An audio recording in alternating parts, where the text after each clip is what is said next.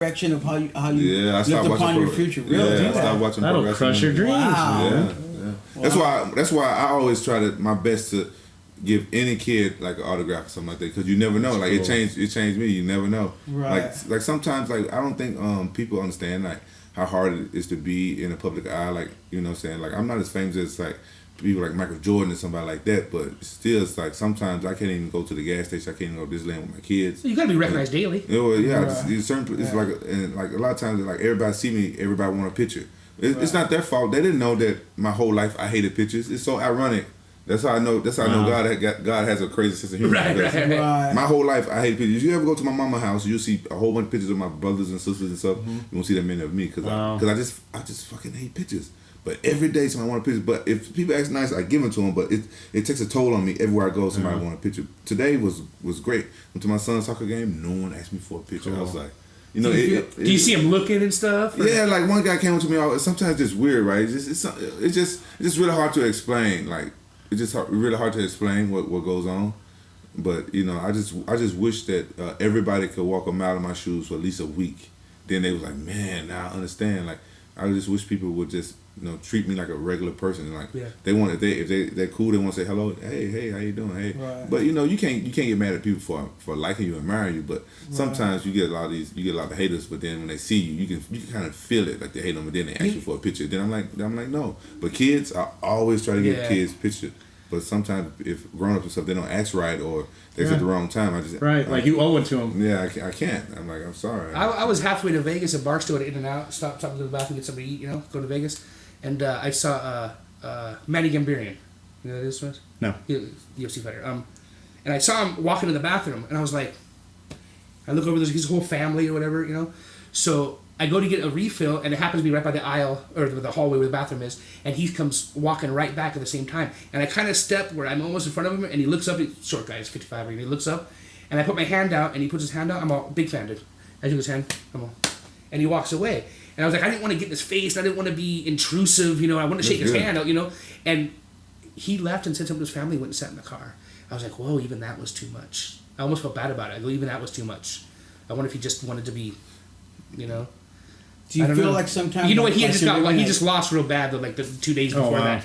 He lost something. He slipped, and he shouldn't have. Well, he was probably embarrassed. Yeah. But that's... To me, that would have been very acceptable. Right. Like, I you know, I appreciate fans like that. Just shake my hand, you know. To me, that would have been very acceptable. So I don't know. Maybe, but if I had just got my ass kicked, too, I'd been embarrassed.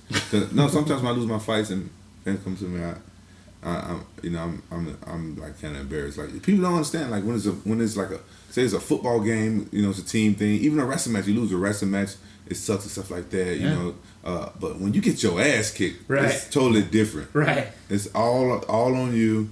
You just got your ass kicked. That's like the ultimate ego crasher right there. I just got my ass handed to me. Like, how long does it take you, like, to get back to a point where you can, like, be okay and move past that?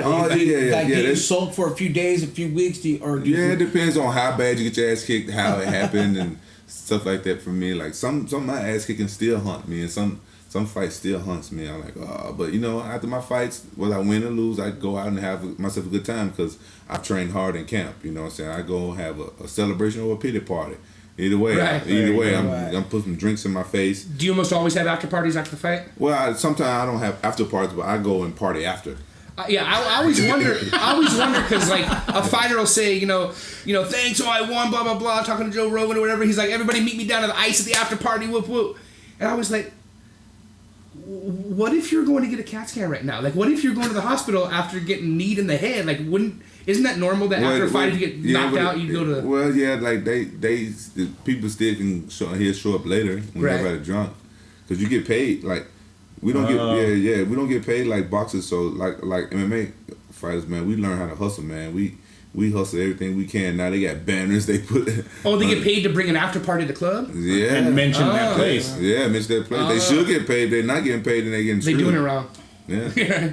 So is that normal? Like, if you get a devastating knockout, that after the fight, you're probably gonna go to the local hospital and get checked out. If you get knocked out? Yeah. Oh yeah, you most definitely. Oh, to cover their insurance, I'm sure you got. Yeah. The UFC is good about that. That's one thing that you have to say about the UFC. They really good taking. That's good, man. A lot of stuff happened in the NFL, man. It's going to come back to haunt them right now. I'm afraid they don't take care of their players. Well, Seau just who Junior Seau is? and he put the bullet in his chest so they could do an autopsy and check the damage that football's done to his brain. There's a big thing going out saying these head hits are creating brain damage, and they're also creating the brain damage is creating depression and suicidal thoughts, right? So he was kind of like a forefront in spearheading wants everybody to look at this and recognize this, and it's NFL pushing the hard hits and all these things, and so when he was so suicidal he decided to kill himself. He shot himself in the chest. So to preserve his brain. But the problem was then there was a big controversy because... They said it was foul play, huh? No, because his family's Samoan. And Samoan aren't going to send that to the scientists. They're going to bury your brain with you. Honor the body. Doctors. So they actually had to go through like a whole thing to release the brain to the doctors to do a study. I guess the tribal committee or whatever had to get together or whatever. Yeah, it's a trip. Yeah. Well, it's good that the UFC takes care of their fighters, but I'm sure there's a lot of stigma even to this day that... it's such a violent, damaging sport. But what people don't really factor in is in the contrast to boxing, the damage and the toll taken on the brain from boxing really outweighs the damage to the UFC fighter. Well, yeah, honestly, UFC is probably safer than people even can imagine. It's the safest for like MMA. Like it's the safest full contact sport out there. I'm trying to think of like what's safer than MMA? Because the thing about it, what I'm saying, like even baseball you think is pretty safe. You get hit with one of those balls to your head, man. You're done. Have you ever pitched a hard ball to a friend? No. Oh, you're afraid every time you let go of it. I don't play with balls. Yeah.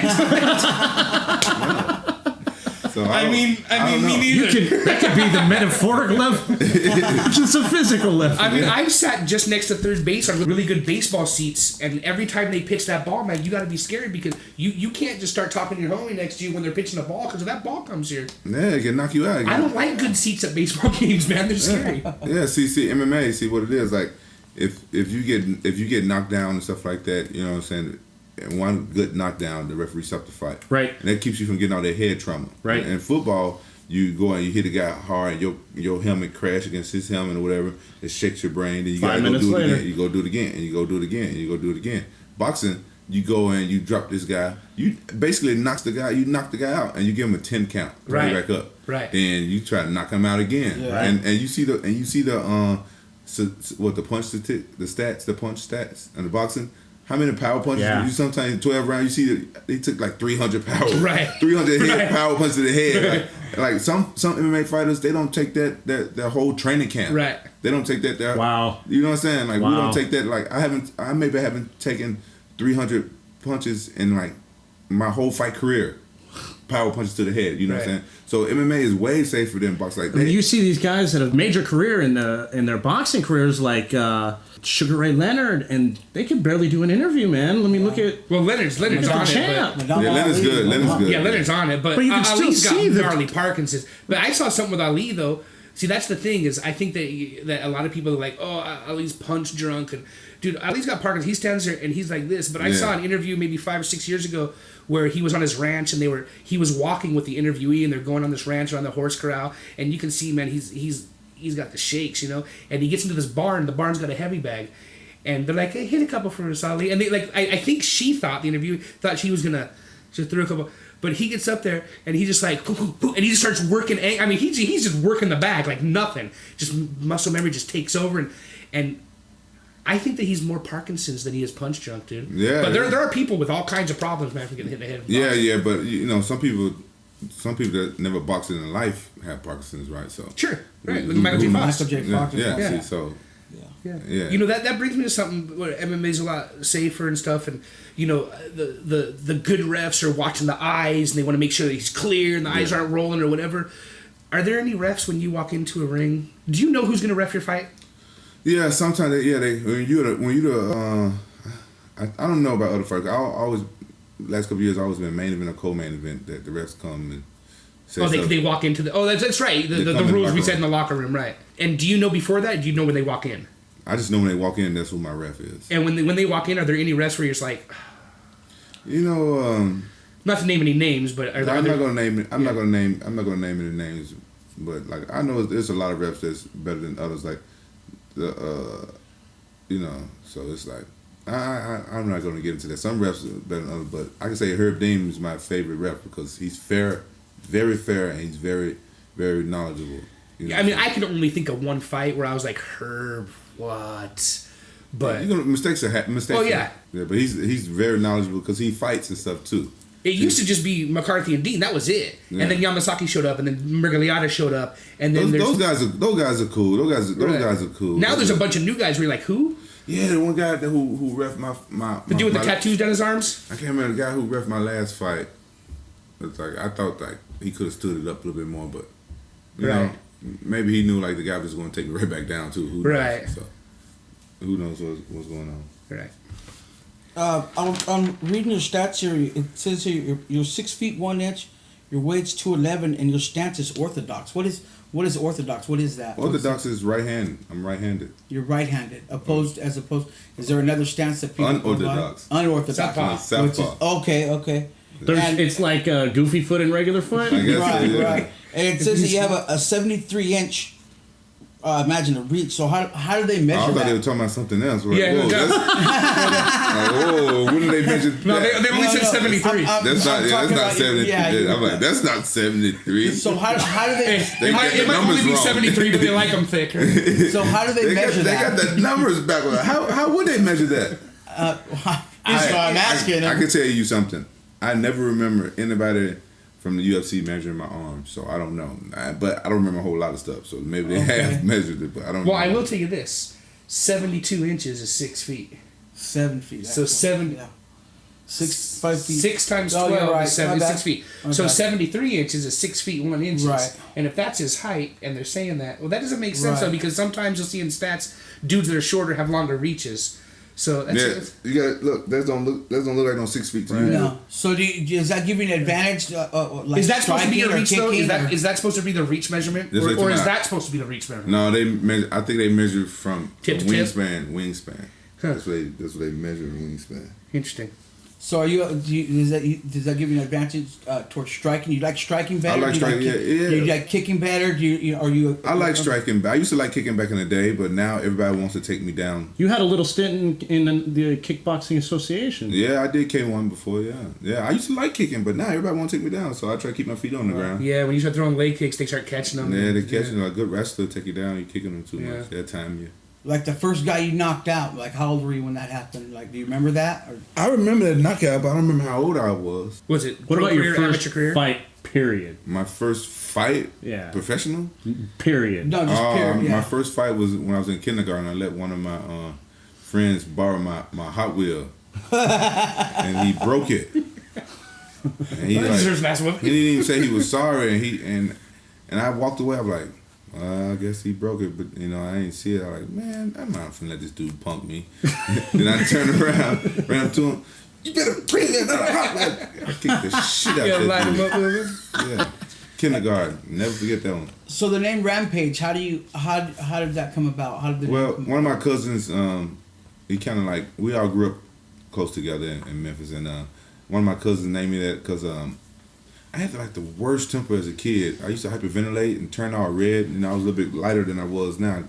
Before I started doing all that construction in the summertime, and you could see me turning red, and I was just huff and puff, man, and then sometimes it just build up, and I just have to just like I just I didn't care. I just beat them up, punched the walls, was holding the wall, and I had the video game Rampage I used to play. Oh, right. And my cousin was like, "You just like that video game. You just like that video game."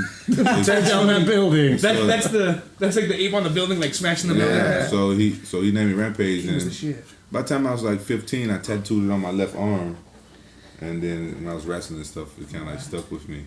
And the howling that you do as you walk into a room, how did you incorporate that into your persona? You know what? I think I seen Teen Wolf when I was a kid, and I grew up. Yeah, man. I was that was still where we went to high school. Yeah, I was. Oh, that's your high school? Yeah.